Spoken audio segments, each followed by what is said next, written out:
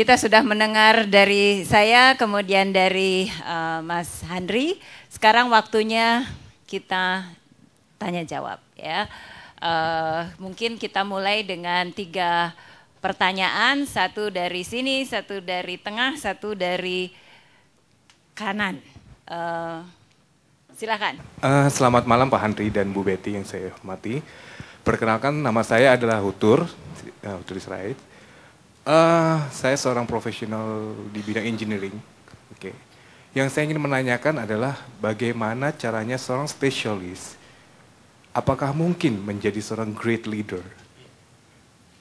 Sebagai contoh misalnya, seorang process engineer yang pendidikan formal maupun informalnya hanya berkutat di bidang proses engineering dan juga pekerjaannya hanya berkutat-kutat di bidang proses engineering, apakah mungkin menjadi seorang top management dan seorang business leader yang great?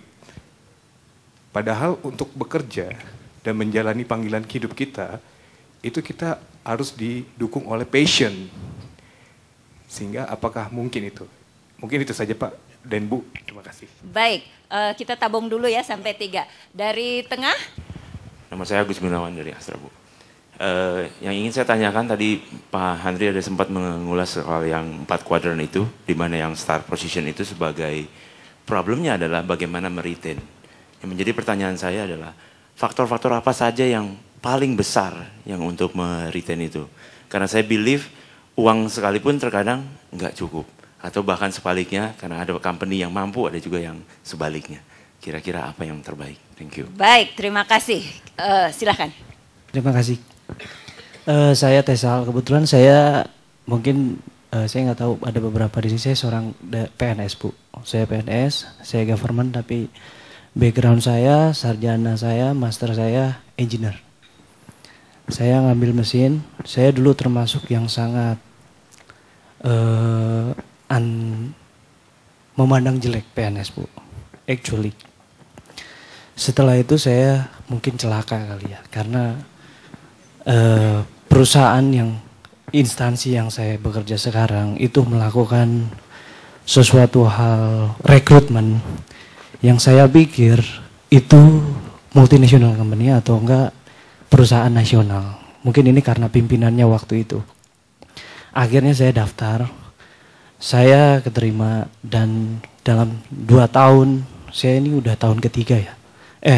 Mau tahun ketiga. Ini bergejolak antara saya harus tetap di sini, tapi saya menemukan passion baru yang tadi saya temukan, yang seperti Pak Handri Satriago bilang, saya diberi kepercayaan. Dan untuk posisi sekarang saya ini, mungkin saya di youngest eselon 4 di instansi saya. Yang jadi permasalahan, tadi Bapak Handri bilang, ini akan sulit kalau dibilang birokrasi. Tapi saya masih punya passion Pak, terkait succession planning di birokrasi ini. Karena saya, kalau tidak saya mulai duluan, siapa yang mulai gitu. Teman-teman saya nggak ada yang mau ambil jalur yang saya pilih. Actually, karena nggak ada sama sekali teman saya di situ. Teman saya di apalah, Chevron apalah, semua yang mungkin angkatan saya pilih. Dan saya merasa ini suatu amanah, tapi saya masih bingung Bu. Actually saya bingung dari succession planning saya itu harus seperti apa ya. Gitu. Saya memegang beberapa karyawan. Saya baru mulai, mungkin saya baru diangkat bulan Juni kemarin. But in 3 months, saya akan dipromosikan lagi. Actually di kantor perwakilan kita di luar negeri. Dan ini jadi sesuatu yang berat Bu buat saya. Saya bingung gitu. Saya secara mentally saya belum tahu nih. Saya punya passion tentang succession planning ini gitu. Saya punya semangat, saya bisa membagi. Cuman saya bingung gitu. Teknisnya seperti apa gitu loh. Karena ya seperti kita tahu lah, kehidupan birokrat itu seperti apa sih gitu. Satu hal yang menginspirasi saya yaitu pimpinan-pimpinan saya yang di instansi ini, mungkin selama saya menjabat ini mungkin sekarang udah yang ketiga. Ya. Ini udah ketiga dan semuanya non politikus. Saya di Indonesian Investment Coordinating Board. BKPM, betul. Di sini kebetulan kalau Bapak Ibu tahu, pimpinan yang waktu saya pertama masuk adalah Gita Wirjawan. Dia punya passion dalam mengembangkan SDM. Dia merasa pemerintah itu harus tidak sama kalah dengan apa yang sudah dibilang sama Pak Andri Santiago, bahwa kompetensi segala macam, dan Ibu bilang juga gitu. Itu yang satu inspirasi saya. Kedua, saya mendapatkan, dan sekarang mesti kita lihat Pak Gita Wirjawan jadi Menteri Perdagangan. Lalu kedua inspirasi saya Pak Hatip Basri. Di sini seorang pemerintah itu harus bisa melakukan yang namanya service excellence. Dan itu kita benar-benar di training seperti kita seorang BUMN dan seorang swasta. For information, sekarang kita sudah ditrain oleh suatu bank nasional, lalu sekarang kita dimonitorong oleh, karena mungkin dia temennya dia dari World Bank gitu. Jadi mungkin saya butuh sedikit masukan ya Bu ya. Masukan, terus tips and trick, terutama saya pengalaman saya sih baru saya belum pernah sama sekali masuk dunia kerja kecuali jadi PNS ini. Itu. Terima kasih banyak Bu. Terima kasih. By the way, sekalian ya, Pak Gita Wirjawan itu pernah bicara, waktu itu topiknya menggesitkan birokrasi ya di acara Leadership Series. Nah, Anda dan Bapak Ibu semua bisa melihat, karena semua acara ini di video dan ada di YouTube ya, di channelsnya QB Leadership Center. Jadi Anda bisa lihat di situ, waktu itu memang Pak Gita Wirjawan bicara mengenai bagaimana dia waktu itu masih kepala BKPM waktu beliau bicara ya. Benar nggak ya, lupa saya. Udah Menteri Perdagangan mungkin, tapi dia banyak bicara mengenai BKPM, bagaimana merekrut, urusan TOEFL segala macam dia ceritakan. Menarik untuk mendengar sebelum kita jawab. Baik, sudah ada 3 pertanyaan. Kita akan menjawab saya dulu. Nanti kita gantian menjawab ya. Jadi pertanyaan pertama, saya seorang spesialis, bisakah menjadi great leader ya? Saya barangkali sebelum menjawab saya mau cerita teman saya dulu ya. Ini pengalaman. Dulu kalau di IBM ya, waktu awal-awal itu ada system engineer, ada marketing rep namanya ya. Jadi biasanya system engineer itu yang technicalnya lebih kuat gitu ya. Yang marketing rep itu yang people skills-nya lebih kuat ya. Saya berangkatnya dari marketing rep ya. Sebetulnya marketing rep, sales rep Kemudian ada partner saya yang lebih senior dari saya, dia system engineer, great system engineer. Kita bekerja sama di banyak kesempatan dan lumayan ya harus saya akui sukses lah ya. Kemudian ini yang sistem engineer yang hebat ini tidak pernah punya aspirasi mau jadi manajer, karena di IBM itu ada 2 jalur. Ada jalur professionals ya, spesialis. Jadi kalau di jalur spesialis itu mulai dari associate, full, advisory, consultant ya. Makin ke atas ilmunya makin sempit, makin dalam. Gajinya sama juga, mau jadi presiden direktur, mau jadi consultant bisa sama ya. Itu adalah dual career. Jadi sebetulnya teman saya ini dia pengennya jalur ini, jalur jalur professional specialist. Cuma kita butuh nih leaders, manager persisnya untuk profesi ini, dan kita memandang yang paling potensial untuk posisi itu. Jadi saya meyakinkan dia ya. Dia bilang, enggak, saya happy di sini. Kenapa sih saya mesti mesti jadi managers gitu ya? Tapi saya ngelihat bahwa ini kalau dia yang jadi pemimpin di bidang itu, dampaknya akan jauh lebih besar karena sebetulnya dia punya kemampuan itu. Singkat kata, setelah berusaha meyakinkan segala macam, nggak cuma sekali gitu, berkali-kali, akhirnya dia bilang, oke deh, saya coba. Tapi ada syaratnya nih, mau dipromosikan ke ini jadi significant leaders gitu. Tapi ada syaratnya, dia bilang, saya tetap harus pegang satu account sendiri karena dia nggak mau kehilangan touch-nya ke hal-hal yang teknikal. Jadi saya pikir, kalau kamu udah jadi leader di situ, you decide whatever you want to do. Kalau Anda pikir Anda bisa, so ya you decide lah. Kalau Anda nggak bisa, ya lepas itu, gitu kan? You decide. Singkat kata, akhirnya dia ikutin, dia ambil posisi itu, sukses besar, dan dia lepas tuh account-nya, decisions dia sendiri. Karena once dia menjadi managers, ya dia lebih harus enable orang-orang di timnya, ya.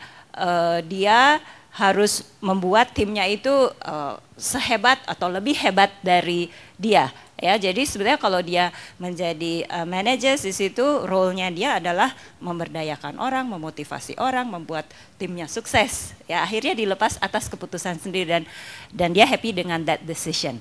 Jadi menjawab pertanyaan Anda yang pendek menjadi panjang ini, saya melihat Anda bisa kalau Anda mau. Ujung-ujungnya itu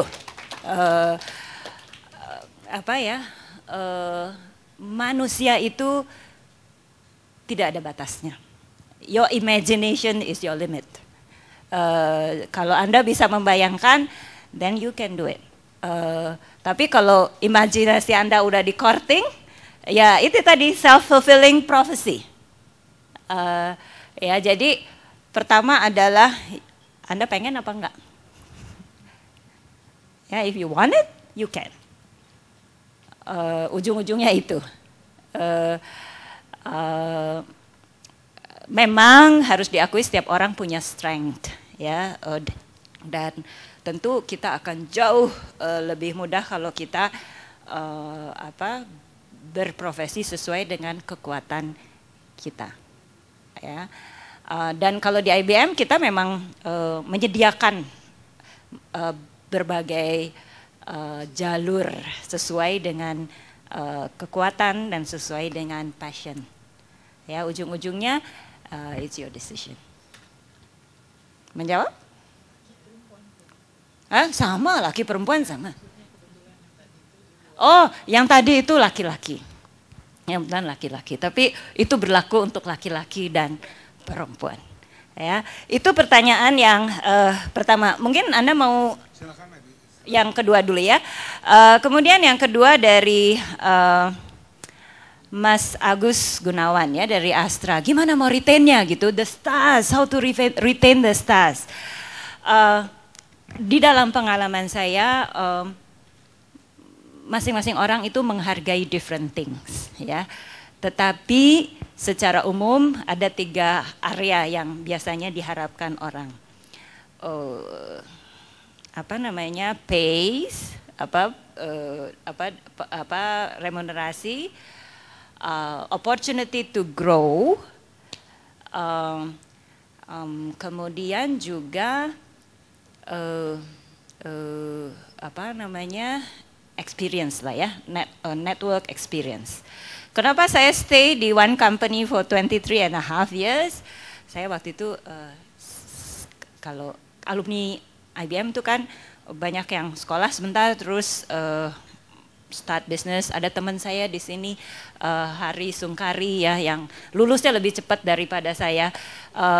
Saya kalau Pak Cacu ketemu saya tuh bilang, "Bet, kamu tuh kok sekolah nggak lulus-lulus sih," katanya ya. Saya bilang saya mau jadi rektor dulu baru lulus. Saya bilang. Tapi pertanyaannya adalah how to retain them. Di IBM kita mengidentifikasi ya siapa top talent. Biasanya mereka tuh yang paling susah retainnya. Dan biasanya kita kasih tahu mereka, you are in the top talent. Ya, dan kita ingin Anda tumbuh, berkembang. We want to give you kesempatan untuk maju. Ya. Lalu kita memang diskusi sama mereka, aspirasinya apa sih? Apa sih yang Anda mau inginkan di sini? Ya. Apa yang dibayangkan 3 sampai 5 tahun ke depan? Ya, lalu kita bikin plan ke situ. Ya.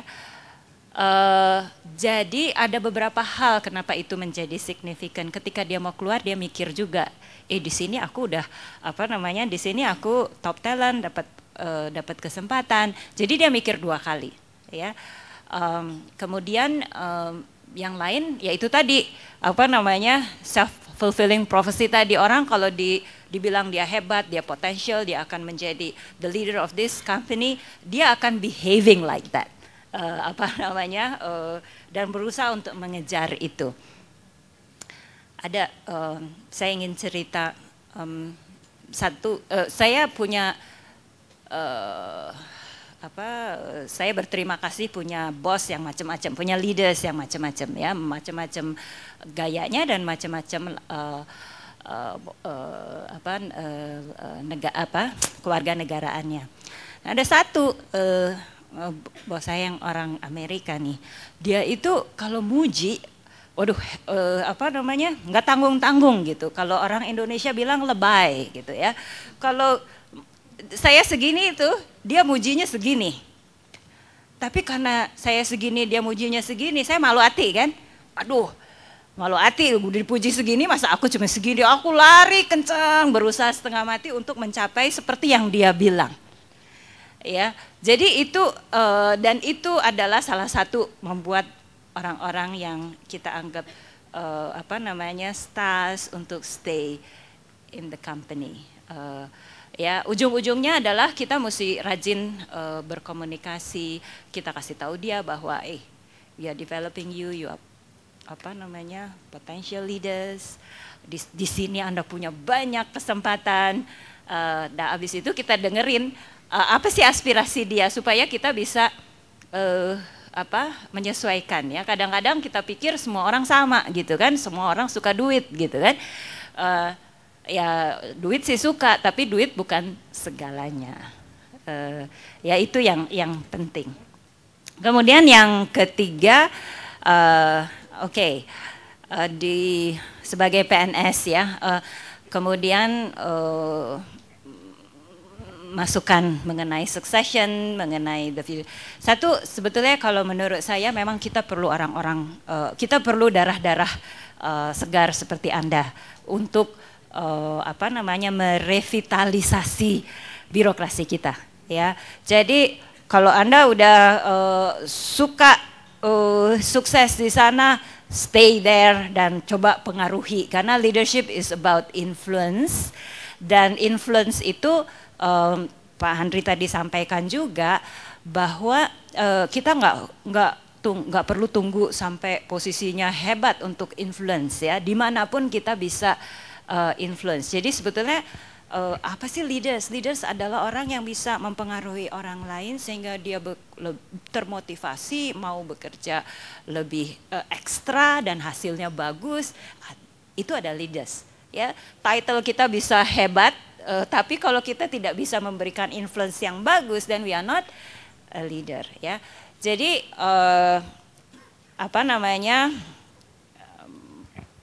Anda bikin mission statement bahwa your mission di dunia PNS adalah untuk merevitalisasi, membuat PNS ini menjadi gesit dan melayani dengan istimewa dan membuat Indonesia ini keluar potensi yang sebenarnya ya, karena sebetulnya saya melihat Indonesia ini punya potensi yang lebih besar daripada apa yang sudah berhasil direalisasikan. Pertanyaannya gimana caranya? Gimana? Jangan biarkan PNS ini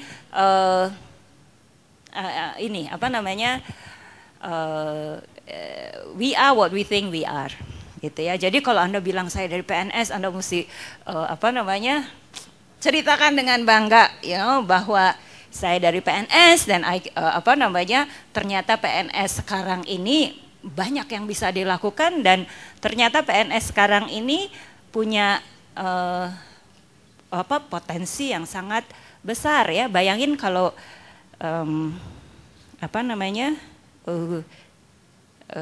kita tahu bahwa persepsi orang tentang PNS itu kan banyak yang mandang sebelah mata gitu ya. Jadi you can only go up. Ya, kalau GE, IBM mewarisi organisasi yang hebat gitu ya, we can still go down gitu kan. Ini Anda cuma bisa go up.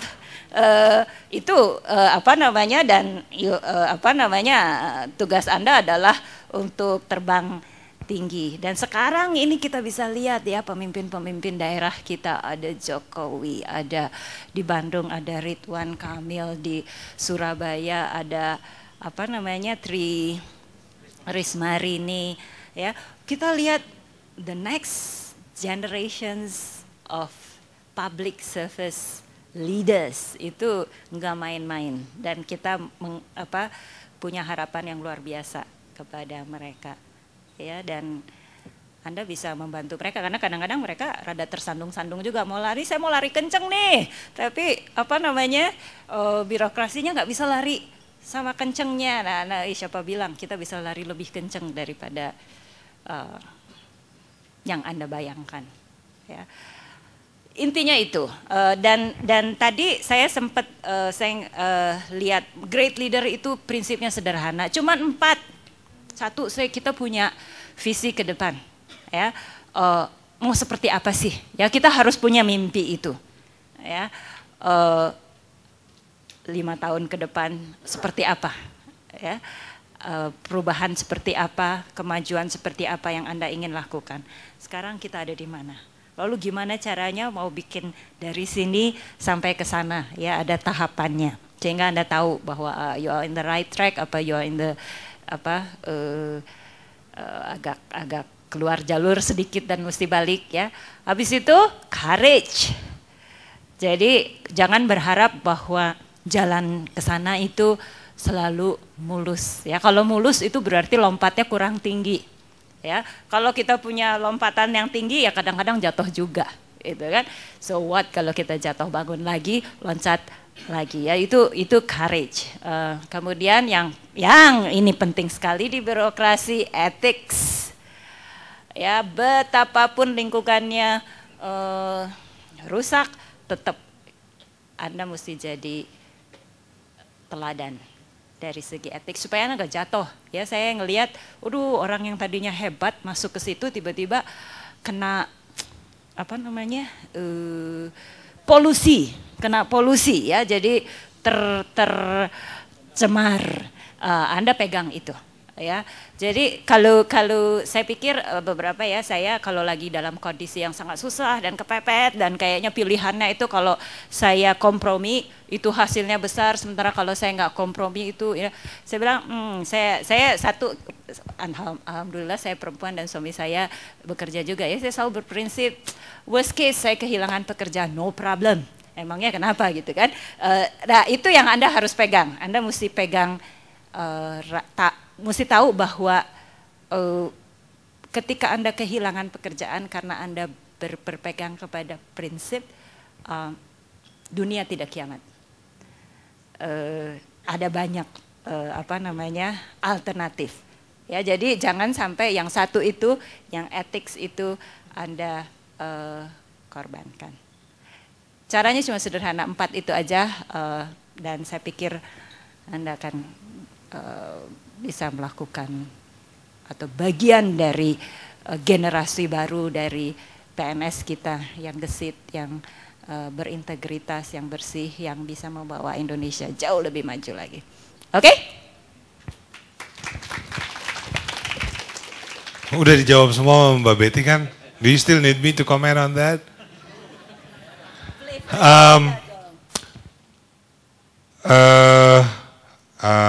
Bisakah super spesialis menjadi leader? depend on how do you define leaders, right? If you define leaders adalah di super spesialis bidang Anda, of course you can, right? Tapi kalau pertanyaannya bisakah seorang super spesialis menjadi CEO, then the story will be different. So,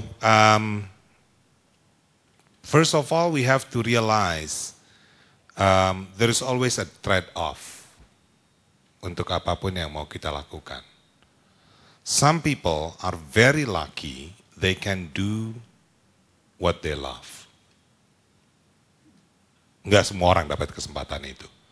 Saya punya teman seniman gitu, he love to paint, to do art, dan dia dapat duit dari situ.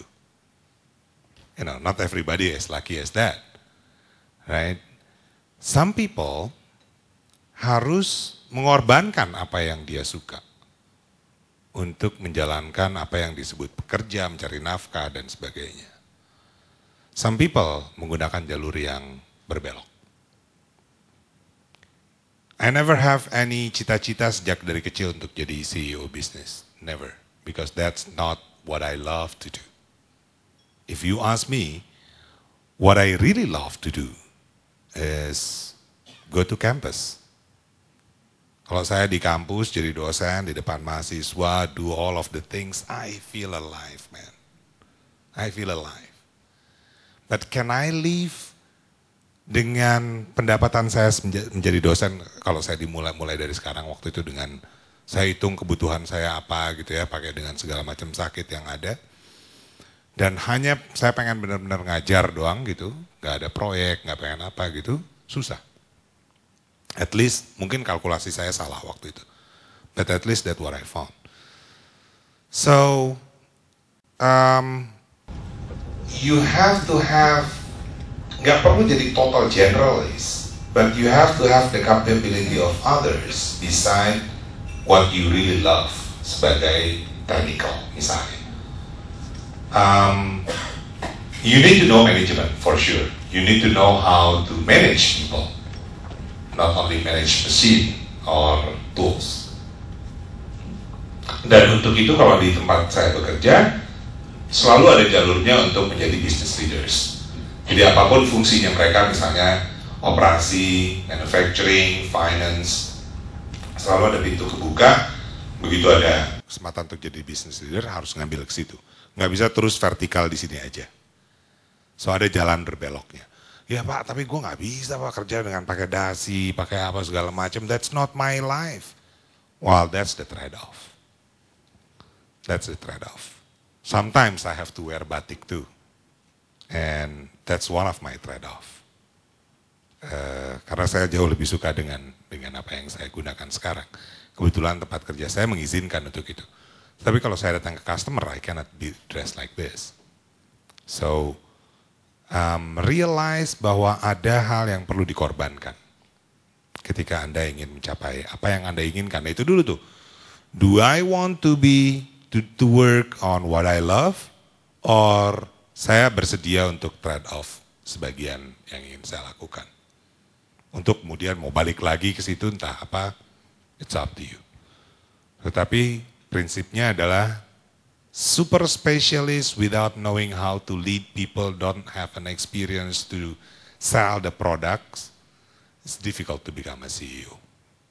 You need to have those kind of things, flavor of here, flavor of there. Walaupun mungkin Anda memiliki expertise adalah expertise yang tertentu. Ya kalau sudut pandang saya gitu. Mas dari Astra, retain the best people. Again, saya ingin bawa ke filosofinya dulu. A good company untuk konteks retain, filosofinya cuma satu. You have to create leaders more than what you need. Jadi kita harus punya, semua orang itu harus jadi orang bagus, sehingga kalau misalnya dia pergi, company nggak mati gara-gara itu. You have to create leaders more than what you need. Karena typical of people, itu some of them, they are running faster than the company. If you are able to promote them and then they stay. Cuman kan promosi juga ada batasnya kan, nggak semua posisi kemudian bisa langsung diisi. And if you have a lot of good people, the only way for them untuk bisa, misalnya untuk bisa stay adalah dipromote, and then Anda kekurangan tempat. So you have to be ready. Some of them will go from your company. Some of them running faster than the company itself. You know, my college here, Pontas, meninggalkan GE mungkin tahun berapa, Tas? 2008 ya? 2007. He is one of our top talents, but he probably run faster than GE in Indonesia run at the time. So he cannot wait. People will leave if they cannot wait. Right? Pontas sama juga dengan Anda dari Tapanuli. Dulu kami di Bogor itu sebelum dia menjadi orang Bandung, kita di Bogor itu di rumah sekumpulan dengan apa yang disebut Himatapsel. Himpunan Mahasiswa Tapanuli Selatan. Selatan. Kalau namu itu punten dulu bilangnya Mbak.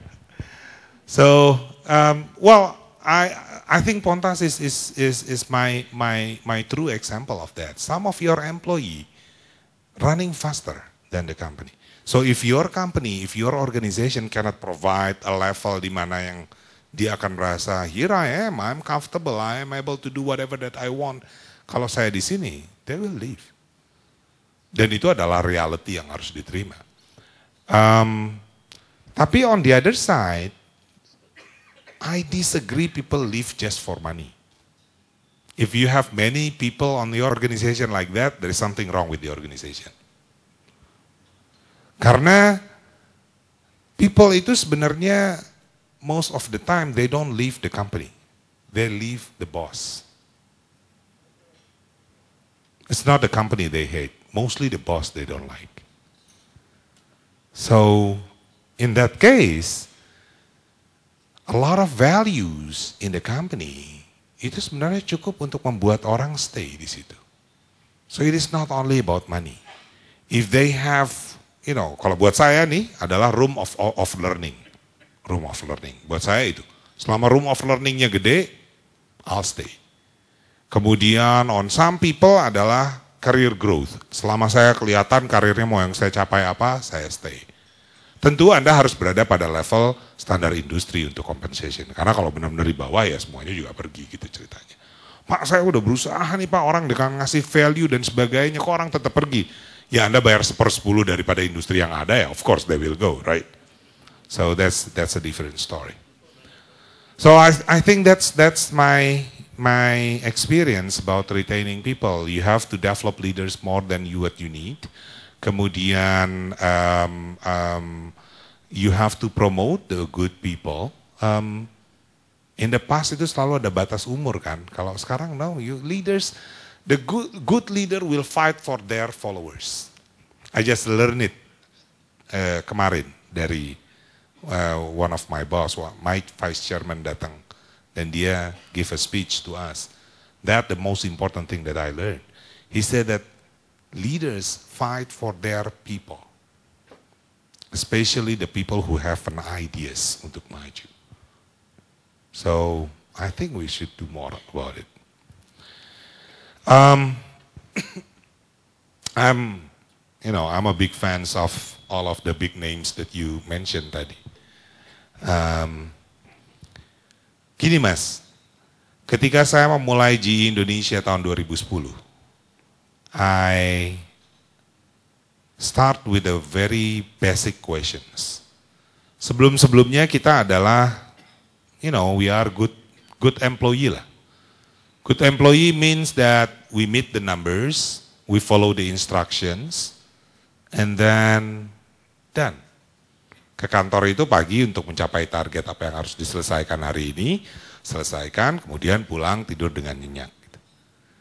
One element is not there. Kebanggaan. Sebelum tahun 2010 saya nggak tahu apa yang harus saya ceritakan di rumah dalam konteks kebanggaan terhadap apa yang saya kerjakan. Wah, saya mungkin bangga mencapai target, dapat bonus, dapat award, and so on. My family is not interested on that. Well, they probably interested sebentar gitu ya. Wah, gue dapat award nih. Berapa award lu gitu kan ya? Begitu selesai awardnya dapat angkanya dikit gitu, dan lain lagi ceritanya. Atau kalau misalnya pun banyak gitu, oh ya kita kesini yuk gitu. Udah selesai kan. That's not something that, you know, that I can tell a lot, and then my wife can tell a lot. My family can tell a lot. I don't have it. So visi kita waktu itu, interestingly, tidak dibangun dari dasar berapa persen mau tumbuh tahun depan atau berapa juta dolar mau dibuat. No, in fact, we are not talking about that. We try to find something that we don't have before, yaitu kebanggaan. Karena selama ini kita hanya menjadi good equipment supplier aja, good employee. So pertanyaan kami waktu itu adalah 2010, September.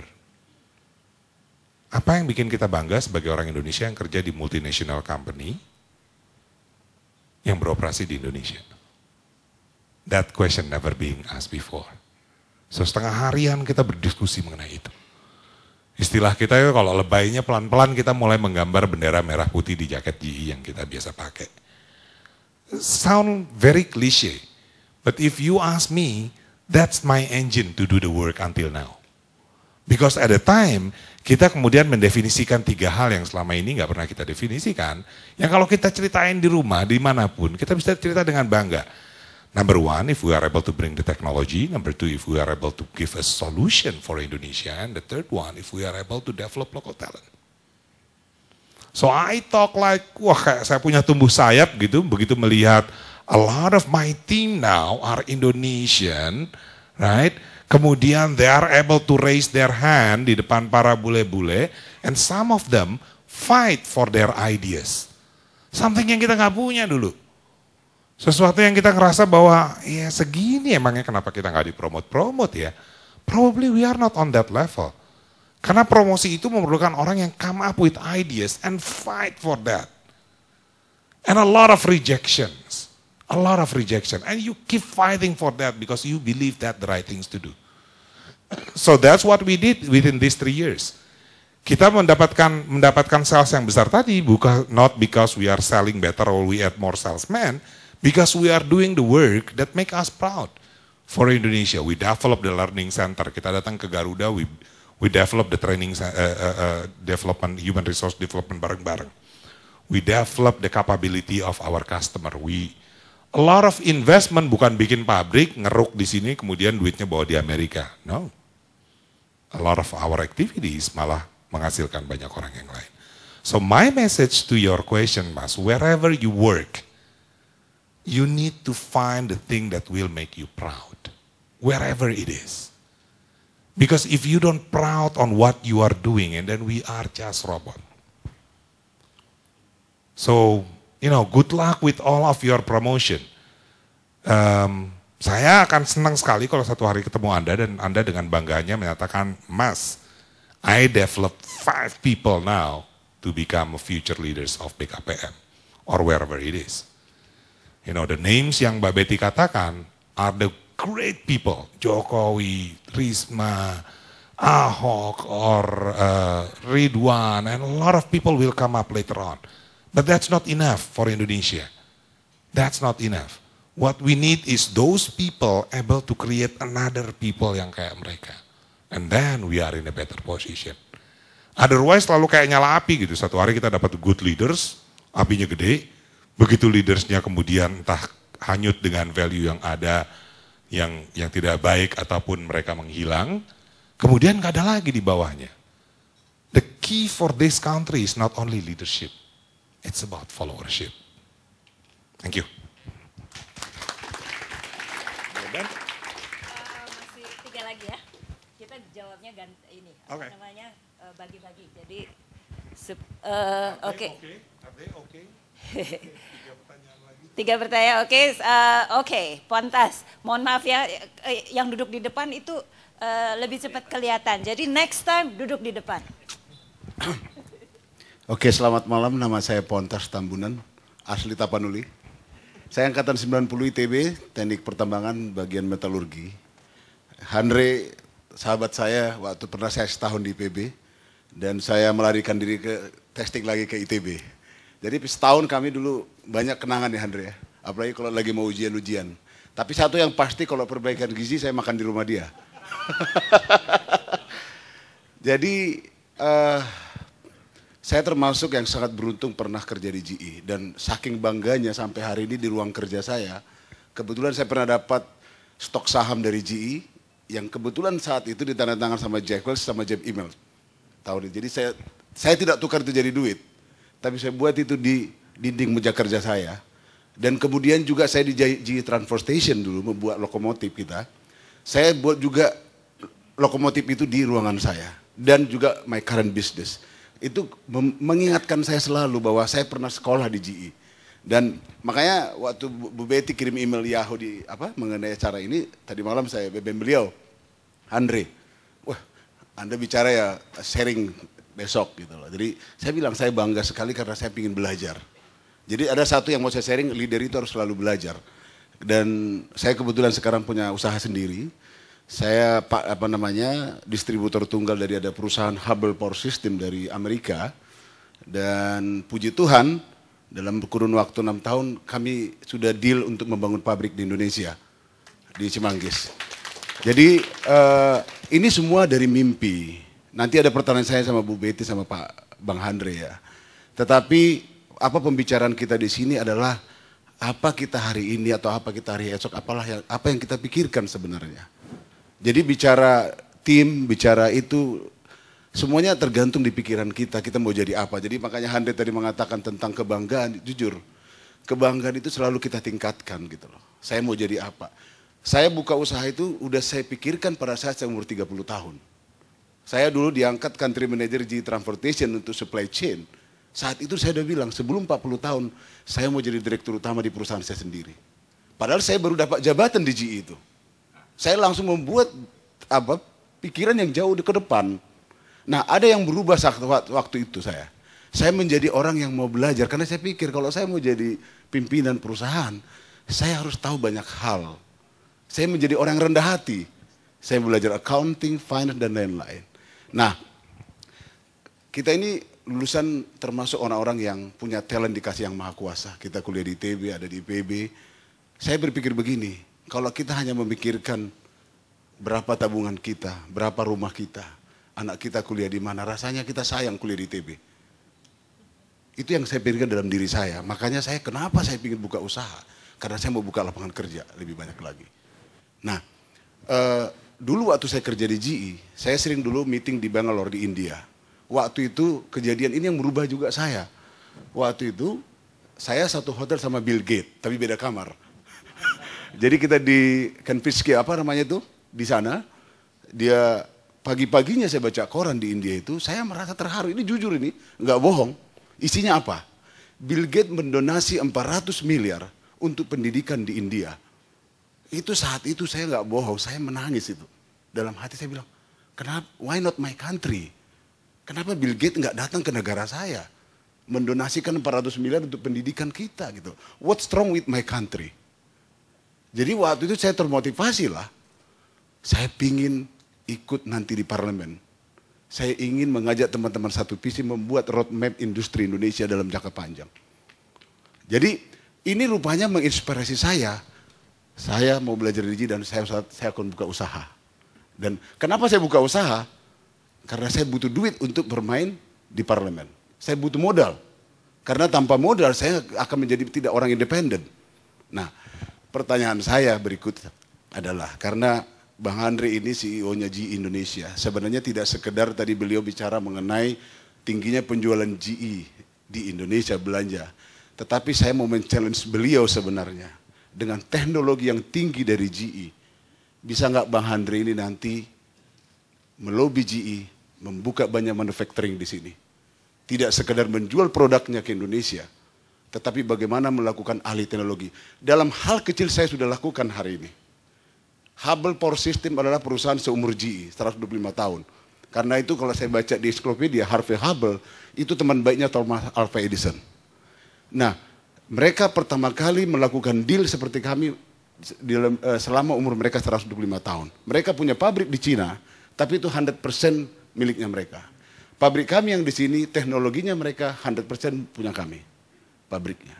Jadi tugas yang lebih besar untuk Bang Handre sebenarnya berikutnya adalah, ini kita bicara nation, tidak sekedar lagi bicara tim tadi.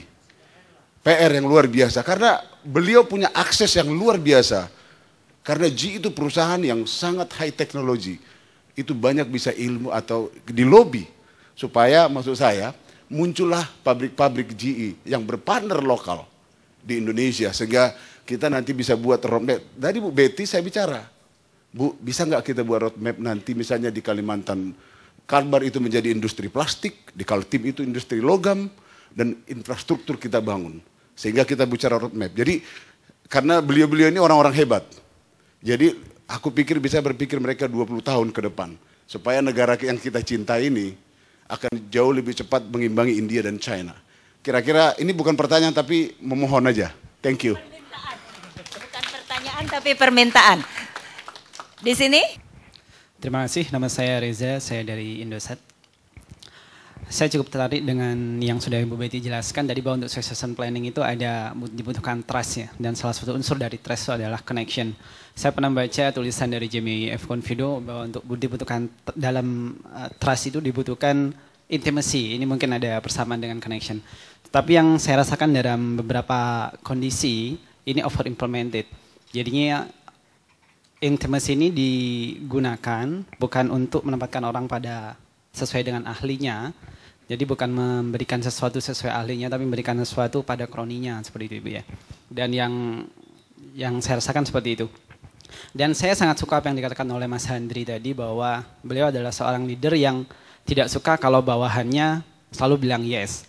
Dan saya adalah salah satu karyawan di perusahaan yang tidak suka selalu bilang yes pada atasan saya.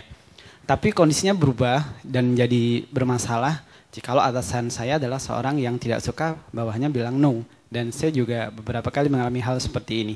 Pertanyaan yang akan saya berikan, apa yang harus saya lakukan jikalau atasan saya, line manager saya adalah orang-orang dengan tipikal seperti ini, tidak suka kalau bawahnya bilang no gitu. Sedangkan kita selalu punya opini-opini atau ide-ide yang menurut kita bagus seperti itu. Terima kasih.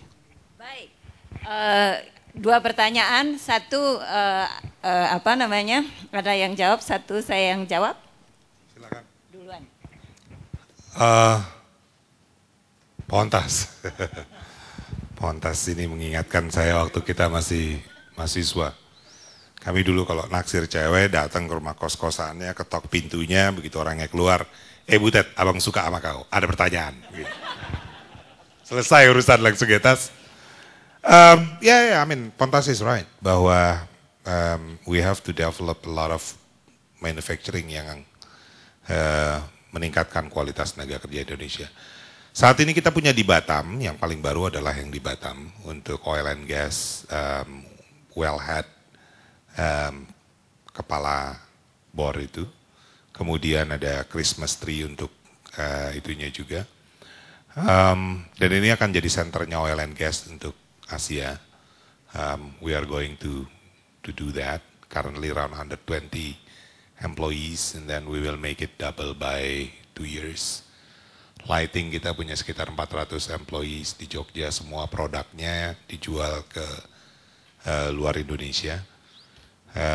Jadi kalau misalnya ke Amerika beli lampu itu jangan kaget, itu made in Yogyakarta, made in Indonesia. Dibuat the Slemanians, orang-orang Sleman yang bikin itu teman-teman kita. Jadi ada atas dan kita we will do more on that, in line dengan learning center yang kita buat untuk ke arah leadership. Your questions terhadap kalau nggak ketemu leader yang nggak suka dengan bilang no, I mean, sometimes number one itu kita harus realize bahwa kalau kita punya ide bagus, ataupun kita ngerasa kita udah communicate bagus, belum tentu itu the best for everyone. Yang perlu Anda lakukan adalah terus-menerus untuk mengingat bahwa if I have ideas, I have to express it. And then you need to find a way bagaimana mengekspres itu dengan baik. Buat saya, sebuah influence yang paling laku dimanapun adalah dengan rasional influence. Pak, saya punya pendapat ini karena 1, 2, 3. Opsi lainnya adalah 1, 2, 3. If you go through that flow, you will have it. But many times Anda dengan flow itu pun belum tentu akan menyenangkan orang yang Anda ingin sampaikan. So the most important things, don't stop having ideas. But if your idea is rejected, that's okay. That's okay. Some of ideas is not flowing, right? I get more idea rejection daripada idea yang diterima. And some of my ideas punya waktu tunggu untuk diterima mungkin sekitar 8 tahun. You have to have the persistence on that. Tetapi kalau Anda jadi nggak bisa kerja, nggak bisa learn, nggak bisa belajar, nggak bisa punya network, kerja di bad boss gitu, there's only one way kan untuk lakukan. Dan saya percaya benar dengan Jack Welch di situ. Challenge or quit, that's it. Nggak mungkin Anda ngabisin waktu Anda seumur-umur hidup kalau misalnya bosnya juga nggak ganti dan Andanya mulai merasa degradasi karena nggak learning. You will become a robot gitu kalau menurut saya if you follow that. So you have to challenge, reflect lagi, benar nggak gue udah melakukan yang selalu diinginkan. Believe that you are diamond, and if you are diamond you need to shine. If all of those things happen and then you are still in the corner karena dipojokin terus, you are in the wrong organization. Pasti banyak organisasi lain yang ingin memiliki Anda. Terima kasih. Jawabannya udah bagus, saya cuma nambah satu ide aja. Dan saya pernah mencoba dan it works. Kalau kita bukan say no, kita bertanya. Misalnya nih, ambil contoh, atasan saya milih opsi A, padahal menurut saya opsi B yang betul. Ya, saya nggak bilang ini B lebih bagus nih karena gini-gini, padahal dia milihnya A gitu kan. Jadi saya tanya sama dia, Pak atau Mas atau siapa namanya, kenapa Pak opsi A yang dipilih? Tanya boleh dong, ya kan? Dia akan jelaskan gini.